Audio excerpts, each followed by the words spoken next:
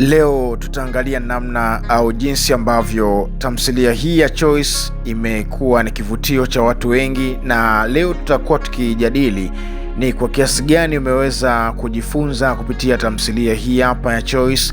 Kwa hiyo kama ni mdau au ni mtu wa karibu ambaye umekuwa ukifuatilia tamthilia ya Choice, basi utakuwa unatamani kushare mawazo yako juu ya tamthilia hii, jinsi ambavyo ulivyoielewa na jinsi ambavyo huwa unaipenda. Kitu gani ambacho umejifunza kwenye tamthilia hii hapa ya Choice tangu ilivyoanza sehemu ya kwanza mpaka sehemu ya 70? Kitu gani ambacho umejifunza zaidi? Lakini yaliyomo ndani ya tamthilia hii na vile ambavyo ulivyoviona imeleta furaha kwa waandaaji wa tamthilia hii hapa, na kuona kumbe kile ambacho kimeandaliwa kutoka katika mikono ya Bryden, yani King Noel pamoja na bibie Clara, wakati wakiwa wanaigiza katika ubora zaidi, maandalizi ya story, kila kile ambacho kimeandaliwa kimekuwa ni faraja kwako wewe, ambapo licha ya kuwa imechelewa sehemu ya 71 kutoka mpaka sasa hivi, lakini kupitia hiki ambacho nimekuja kukuletea kwako wewe, nadhani utakuwa ni moja kati ya watu ambao watakipokea kwa ukubwa na kwa heshima ya kipekee sana. Kitu kikubwa ambacho nimependa tuweze kujadili ni kuhusiana na tamthilia ya Choice tangu tumeanza sehemu ya kwanza, ilivyoanza sehemu ya kwanza mpaka sehemu ya 70. Kitu gani ambacho wewe umejifunza? Kuna baadhi ya watu kutoka sehemu tofauti tofauti, kama jinsi nilivyokuambia, Tanzania, Kenya, Uganda, Rwanda, Burundi, Somalia, Mozambiki, Zanzibar na sehemu nyingi wamekuwa wanatoa maoni mseto juu ya tamthilia hii, na maoni mengi ilikuwa ni katika kuwasifia na kuwapongeza waandaaji wa tamthilia hii hapa, lakini pia jinsi ambavyo wanaona kiasi kikubwa mwendelezo wa sehemu ya 71 jinsi ilivyochelewa. Sasa tuko pamoja katika siku hii hapa ya leo kwa ajili ya kudiscuss ama kujadili kitu hichi hapa, na naomba uwe makini zaidi. Naomba uniambie, andika hapo chini kupitia tamthilia jinsi ilipoanza sehemu ya kwanza. Unaweza ukawa unalalamika kwamba imechelewa kutoka sehemu ya 71, lakini haukumbuki ilivyoanza sehemu ya kwanza mpaka sehemu ya 70. Ni matukio gani ambayo unayakumbuka? Ni episodi gani ambayo wewe kwako uliipenda na ulisema kabisa katika episodi hii haiwezi kuja kuwa haiwezi kaja nyingine kaizidi hii, lakini baadaye ukaona moto unazidi kuongezeka? Unaona bwana. Kwa hiyo unaweza kutuambia ni kipande gani cha tamthilia ambacho ulikipenda zaidi na zaidi. Wengi wao wamekuwa wakimwelezea sana Clara katika kile kijisehemu ambapo Clara alikuwa ni mjamzito. Unaona bwana, baada ya kuwa Clara amekuwa ni mjamzito na mambo mengi ambayo aliweza kuyatenda, kumtendea mume wake, kudeka, halikadhalika kuweza kunyari ama kuona wengine ni kama vile ni watu ambao kwake hawana mantiki yoyote, yani maana. Sasa kufikia wakati Bryden kuweza kumwalika ama kumwajiri mwanadada mdogo mzuri tu mweupe awe mfanyakazi wa ndani. Baada ya kuwa amemwalika, basi mama mjamzito ambaye Clara bado alionyesha kuwa ni mtu ambaye hajapendezwa na kile ambacho amekifanya mume wake King Noel au Bryden, ambapo anatumia jina hilo kwenye tamthilia hii hapa. Kwa hiyo kitu ambacho mimi naona kitakuwa bora zaidi tuweze kudiskasi mimi na wewe ni jinsi gani ambavyo tamthilia hii umejifunza tangu ilivyoanza. Unaweza ukasema kwamba umeipokeaje au uliipokeaje tamthilia hii mpaka kufikia wakati mpaka hii leo bado umekuwa ni mmoja tu kati ya watu ambao wanatamani kuipata sehemu ya 71. Katika mwendelezo wa sehemu ya 71, unadhani kwamba kitu gani ambacho kikiongezwa ama wasanii gani wakiongezwa katika mwendelezo wa sehemu ya 71, unadhani kwamba inaweza ikawa bora au inaweza ikawa tamu zaidi, au unadhani kwamba vile ambavyo watakavyoona namna gani nyingine ya kuweza kubadilisha mazingira, yani location, maana location au mazingira ambayo yametumika katika tamthilia hii hapa kwa asilimia kubwa ni ndani, au kama sio ndani basi ni nje tu, getini, barabarani kwa mbali sana. Sasa unaweza ukatoa maoni yako. Je, waweze kuwa wanaenda hata hotelini, labda kwa mfano watoke kidogo waende beach, waende kwenye swimming pool, waende wakabadilishe muonekano, au waende wakaguse asili village, waende kijijini, waende wakaiendelezee huko, au kama jinsi wengine wanavyofanya kwenye tamthilia. Kwa mfano tamthilia ya Sikitu ya Cram Vevo aliweza baadhi ya vipande kuonesha kuwa alifika South Africa, kule alienda kufanya ubunifu zaidi. Sasa wewe unadhani kwamba tamthilia Choice kitu gani ambacho kikiongezwa kinaweza ikawa bora zaidi na unaweza ukapenda sana sana sana? Lakini kwa kitu kingine ningependa tuweze kukijadili hapa, tukiweza kukijadili kwa pamoja, nadhani itapendeza zaidi na zaidi. Kitu kingine ambacho kiko mezani ni kuhusiana na hili penzi zito ambalo limezaliwa ndani ya tamthilia hii hapa. Penzi hili zito bwana, sio penzi la Camilla wala sio penzi la Pato, bali ni penzi la Blyden pamoja na Clara, yaani jinsi walivyopendana, kuaminiana na kuwa kitu kimoja katika safari ya kufikia ndoto na malengo ya maisha ya kwao. Hiyo ndiyo imeleta tafakuri na watu wengi kujiuliza maswali mengi. Huenda labda atakuwa Blyden pamoja na Clara nje ya tamthilia hii au nje ya Choice wanaweza wakawa ni wapenzi, ni watu ambao wako katika mahusiano ya kimapenzi. Sasa hii inaleta maswali kwa sababu tangu imeanza kuigiza Kinoel akiigiza pamoja na Clara wanaonekana kuwa chemistry kunoga zaidi, na wamekuwa wakivutia maelfu na malaki ya watazamaji wa tamthilia hii hapa ya Choice. Na kama unataka kuamini kinachokuambia kwamba wadau wengi wanawakubali sana Blyden pamoja na Clara, nenda kwenye hiyo tamthilia kwenye channel YouTube ya King Noel, andika tu tamthilia hiyo, kama ni sehemu ya kwanza, kama ni sehemu ya pili, hebu nenda pale alafu uwe unapitia maoni pale chini, utasikia tu jinsi ambavyo maoni mengi ya kuhusiana na Clara pamoja na Blyden ndio hayo yanakuwa mengi zaidi. Kiukweli inaweza kusema kwamba safari ya maisha ya mwanadamu ni safari ndefu kwelikweli, safari ambayo ina vingi sana huko mbele ya safari. Huenda tukaona mengi makubwa kuhusiana na tamthilia hii hapa, lakini pia ubunifu, mawazo mazuri ambayo wanayatenda imekuwa sababu ya mashabiki wengi kuweza kuikubali zaidi tamthilia hii. Tamthilia hii bwana, naweza kusema kwamba kiukweli ni tamthilia ambayo inakidhi viwango vya maadili ya Kiafrika, hasa jinsi wadada au wanawake walioigiza katika tamthilia hii ya Choice wanaonekana kuwa na mavazi yenye stara, mavazi ambayo unaweza ukatazama tamthilia hii ya Choice ukiwa peke yako, lakini pia unaweza ukatazama tamthilia hii ukiwa na familia yako. Unaweza ukakaa na mkeo baada ya kumaliza kukula ubwabwa, mkakaa pale na mkeo, watoto, mnatazama kwa utulivu zaidi, kwa sababu hakuna kitu ambacho kinaweza kusababisha ukae mbali na familia wakati ukiitazama tamthilia hii. Unaweza ukakaa na wakwe, wazazi, pande zote.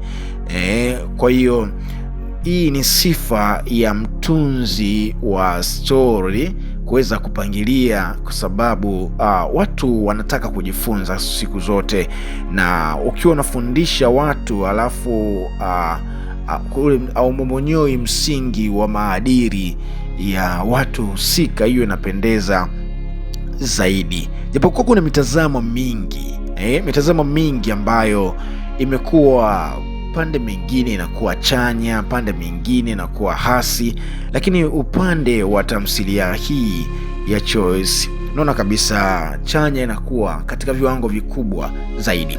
Tamthilia ya Choice bwana, kweli tunaweza tukasema kwamba kuna vitu ambavyo huenda wangeboresha zaidi, ingenoga zaidi ya hapa, lakini asiyeweza kushukuru kwa hiki ambacho kinaonekana kuwa bora na sifa njema kama hizi, japo kwa tunaona changamoto haziwezi kukosa, lakini tunaangalia kizuri.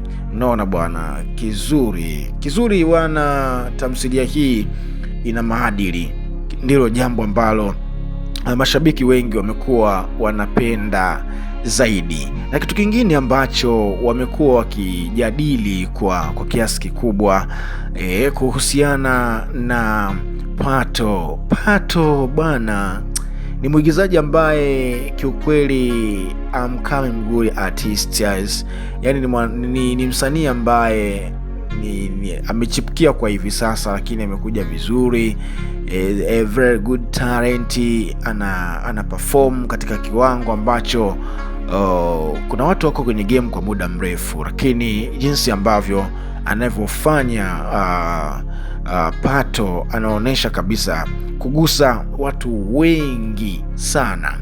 Katika matukio mengine ambayo ningependa kukukumbusha ambayo yalitokea au yalihusika katika tamthilia ya Choice, naweza kukukumbusha katika kile kijipande ambacho mchungaji anakwenda kufanya maombi katika nyumba ya Clara. Baada ya kufika katika nyumba ya Clara kwa ajili ya kwenda kufanya maombi, kumbe yule mchungaji bwana alikuwa ni mchungaji ambaye analitumia neno la Mungu kwake kama ujira kujiingizia kipato chake cha siku.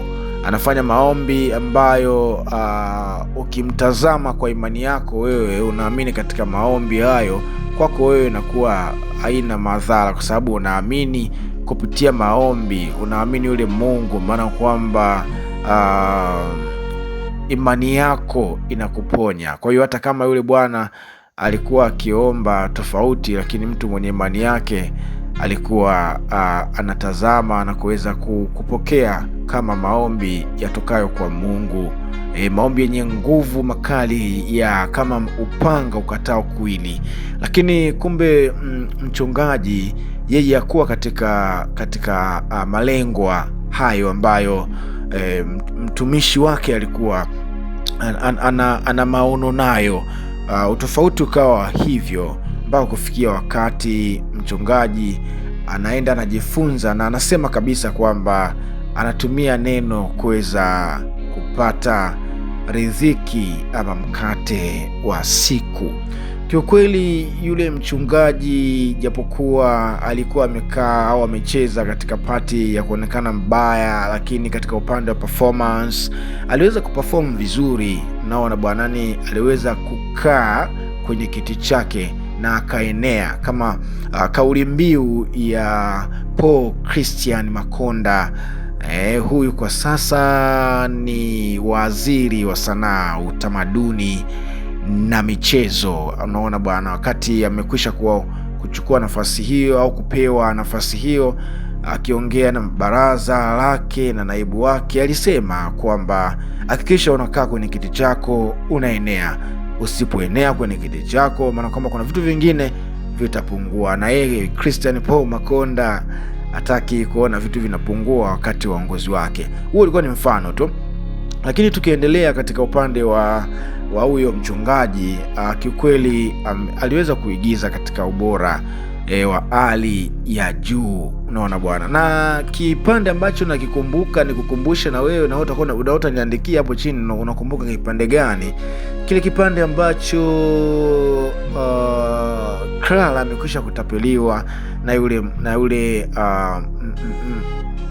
mchungaji feki. Mchungaji feki baada ya kuwa ametapeliwa fedha ambazo Clara alizichukua ndani wakati mume wake ameziweka bila kujua mume wake, akaenda akampelekea mchungaji. Sasa akawa ameahidiana, akawa ameenda kumtafuta baada ya zile fedha kuzichukua mchungaji na kusafiri kwenda mbali kwenda kutumia fedha. Unaona bwana, baada ya hapo akaenda kumtafuta mbali, alikuwa na ujauzito wake. Baada ya kuwa na ujauzito wake bwana, pale njiani akashindwa kutembea, nguvu zilimpungua, akawa amekosa msaada. Sasa wakati akiwa yuko taabani, akatokea jamaa mmoja na kuweza kumsaidia kumtoa kule, kumpeleka mpaka nyumbani kwake. Baada ya kumpeleka nyumbani kwake, akamkuta mume wake Biden bado amekaa ametulia, anajiuliza maswali mengi. Yuko wapi mama watoto, mjamzito, kaenda kutembelea wapi, ikoje?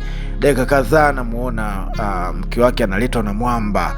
Unaona bwana, Mwamba alijitambulisha vizuri, amemleta mke wake, lakini mme aliweza kumshukuru jamaa kwa sababu alikuwa amemtendea wema mwanamke yule, kwa sababu yule mwanamke mwenyewe ni mjamzito. Sasa kama mwanamke mwenyewe ni mjamzito, kikweli jamaa alipitia situation ngumu kwa wakati huo, lakini ilikuwa tu hakuna namna nyingine ya kuweza kupitia vitu vingine ile isipokuwa hiko. Kwa hiko alichokipitia ni situation tu. Unaona bwana, kwa hiyo inaelekeza jinsi ya kuweza kumtii mume, kumheshimu mke, kuishi maisha bora ambapo kwa mujibu wa imani mwanaume ampende mke wake, ambatane naye, sasa na hata mke pia mtii na mpende mume wake. Kwa hiyo upendo katika tamthilia hii umepewa kipaumbele kikubwa zaidi. Naona bwana, kwa hiyo naweza kusema kwamba vitu vingi tukivikumbuka, tunaweza kusema kwamba mtunzi wa tamthilia hii ametumia ubunifu mkubwa na amelenga makundi yote, ama kama sio makundi yote basi ni makundi mengi ni mengi kweli ambayo ameyalenga. Lakini katika upande wa familia ya Pato pamoja na Camilla, nikikukumbusha, nakumbuka mbali kule mbali. Tunakumbuka wapi? Tunakumbuka ule wakati ambao Camilla anahitaji kumzalia mume wake, pate watoto. Kama jinsi ilivyo, furaha huongezeka zaidi, japokuwa furaha for plan of God huongezeka zaidi kwa sababu kanakuja kakiumbe au kamaraika kingine kuongeza furaha. Alitamani sana Camilla aweze kumzalia mume wake, lakini kitu ambacho kilichokuwa kikimuumiza zaidi, kadiri alivyojitahidi kuhitaji au kumwomba Mungu awezi kushika ujauzito kwake ilikuwa ni changamoto kubwa. Lakini yeye Pato ambaye ni mume, yeye akawa anaona kabisa yule mwanamke ni kama vile anazingua tu, hataki kubeba ujauzito, hasa ukizingatia Camilla pamoja na Clara walikuwa na urafiki, na Pato alikuwa akielewa hilo. Mwenzake ana ujauzito, rafiki yake Clara, huyu Camilla yeye ana ujauzito. Kwa hiyo nyumba ilikuwa ni ya vurugu mechi sana. Ilifikia wakati mpaka Pato pamoja na Camilla wakawa wameachana nafasi kidogo, huyu akaenda huku na huyu akaenda huku. Mwisho wa siku Pato akachukua mwanamke mwingine kwa ajili ya kuishi naye. Yule mwanamke akawa amemdanganya kwamba ameshika ujauzito. Jamaa akawa amefurahi sana, lakini kumbe wala hata ilikuwa sio ngoma yake ile pale. Kwa mwisho wa siku kumbe jamaa alikuwa ana shida kwenye upande wa uzazi kama mwanaume, kwa hiyo ilitakiwa aende akafanyiwe cheki. Hapo mke wake alikuwa akashaondoka. Sasa kumbe akajigundua kwamba kitu alichokifanya yeye kilikuwa ni kitu ambacho kiukweli changamoto tu za maisha. Ukiwa katika changamoto unaweza ukajikuta kuna mambo yanatokea tu from nowhere, ukikaa jiuliza what is this, why I'm talking about what is this, yani vitu ambavyo vinakuwa vina maswali mengi, why me, why, yani ndio jinsi ilivyo. Naona kwa hiyo tamthilia hii bana imekuwa na vitu vingi sana, ambapo ukitulia kwa utulivu unaweza ukasema kweli, japokuwa imechelewa sehemu ya 71, lakini sehemu ya 70 kuna vingi ambavyo umeweza kujifunza. Unaona bwana. Kwa hiyo mi naona kwa muda huu hapa nikwambie tu kwamba andika maoni yako hapo chini, kile ambacho kimekugusa zaidi ama kile ambacho umekipenda zaidi. Andika maoni yako hapo. Unakumbuka kitu gani au kitu gani kiweze kuongezwa? Sema chochote. Basi asante kwa muda wako. Nikuombe kitu kimoja, fanya usubscribe.